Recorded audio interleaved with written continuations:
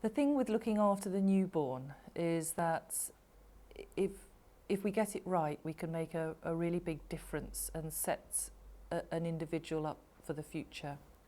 Group B Strep is a bacterium. Some people refer to it as a bug or an organism that is found naturally in about a quarter of individuals, male and female. In a small number of babies, that bacterium, Group B Strep, can cause quite devastating illness when it is transmitted to the baby. I was a person who was very anxious about having a national screening programme that might increase the amount of antibiotic given to mothers.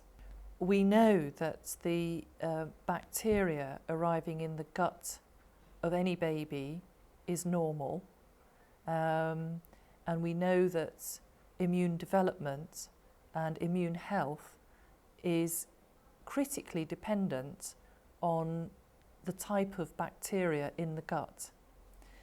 So if there's an alteration in normal gut bacteria, that sets the immune system up on a pathway of what we call immune dysregulation. So the way the immune system develops is not as robust, perhaps, as if there was normal gut flora.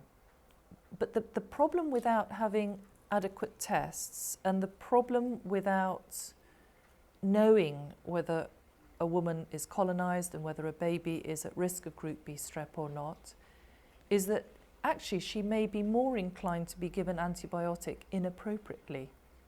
So knowing that a woman is or isn't positive empowers us with knowledge to know whether she is more or less likely to be transmitting that bacterium to her baby.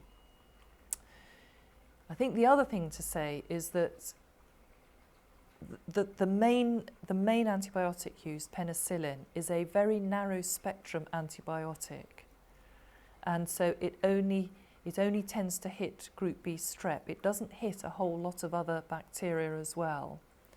But it is less likely that if we use a narrow spectrum antibiotic for a brief period of time, like penicillin, that the immune dysregulation will be quite such a problem, because most of the studies have been where women or babies are exposed to broad spectrum antibiotics, broad spectrum antibiotics will bump off, if you like, a whole lot of bacteria in addition to just Group B Strep.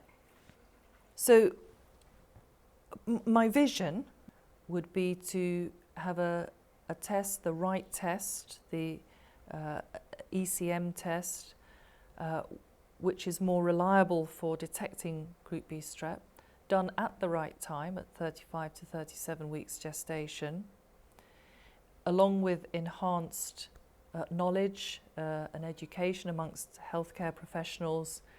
I would hope then that we would see reduced numbers of babies who suffer from any early onset Group B Strep infection.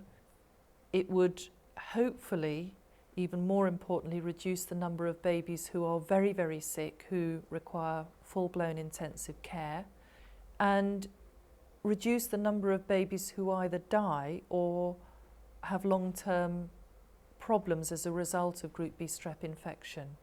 In particular, reduce the burden of neurodisability.